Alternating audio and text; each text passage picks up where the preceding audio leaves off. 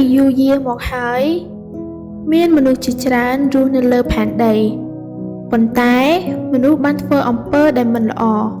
ពួកគេចេះតែធ្វើអំពើមិនល្អដាក់គ្នាព្រះមានព្រះទ័យសោកសៅណាស់ប៉ុន្តែមានបុរសម្នាក់ដែលស្រឡាញ់ព្រះឈ្មោះរបស់គាត់គឺណូអែណូអែអើយខ្ញុំនឹងបណ្ដោយឲ្យមានទឹកជំនន់ដ៏ធំមួយផែនដីនឹងពោពេញទៅដោយទឹកចូលអ្នកសង់ទូកធំមួយ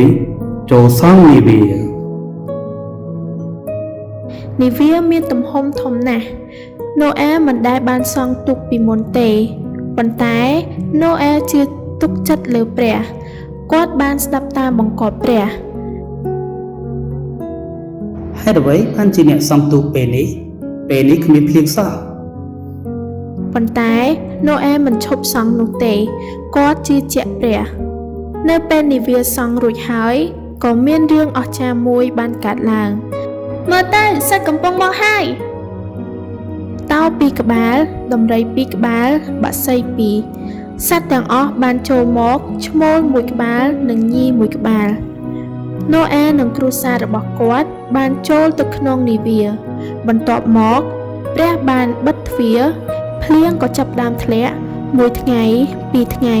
ភ្លៀងធ្លាក់អស់40ថ្ងៃនិង40យប់ទឹកបានគ្របដណ្ដប់ផែនដី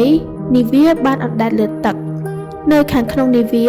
គ្រួសារណូអែនិងសត្វទាំងអស់មានសុវត្ថិភាពព្រះបានថែរក្សាការពារពួកគេ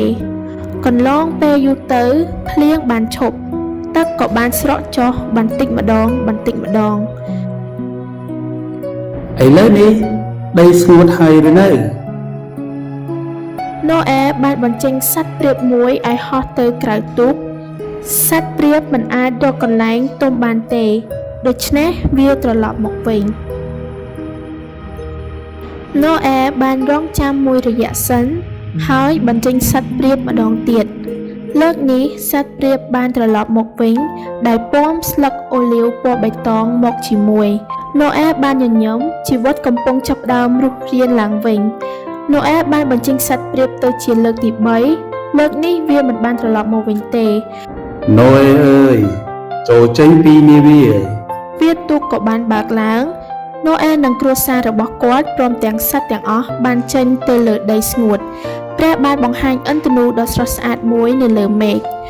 ឥន្ទនូនេះគឺជាសេចក្តីសន្យារបស់ខ្ញុំនឹងមិនបណ្ដោយឲ្យមានទឹកជំនន់បំផ្លាញផែនដីម្ដងទៀតឡើយណូអែបានអរគុណព្រះហើយថ្វាយបង្គំព្រះដោយចិត្តអរគុណព្រះទ្រង់ស្រឡាញ់មនុស្សហើយទ្រង់រក្សាសេចក្តីសន្យារបស់ទ្រង់ជានិច្ចព្រះជាព្រះដ៏ល្អនិងស្មោះត្រង់ជានិច្ច